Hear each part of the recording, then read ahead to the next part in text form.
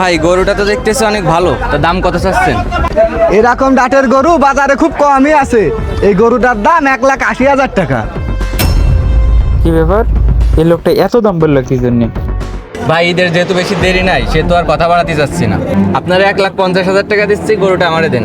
বাপু অত খেসা খেসি করতে চাচ্ছি না, তুমি ওই 1,70,000 টাকা দাও আর গরুটা নিয়ে যাও। আপনারও থাক আমারও থাক, একবারে 1,60,000 দিচ্ছি, গরুটা আমারে দিয়ে দেন।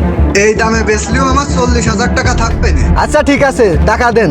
হাটে টাকা পয়সার চিন্তার সম্ভাবনা থাকে তো, তাই টাকা সাথে করে আনিনি। হাটের সামনেই তো ব্যাংক, আমার সাথে ব্যাংকে চলেন, টাকাগুলো উঠায় আপনারে দিয়ে দিবেন।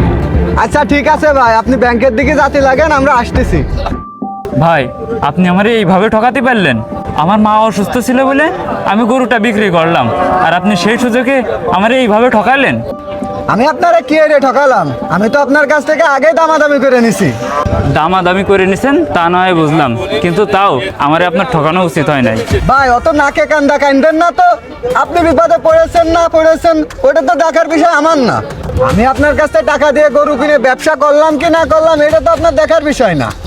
আপনি আমার সাথে চলেন, আমি আপনার টাকাগুলো বুঝিয়ে দিচ্ছি, আসেন।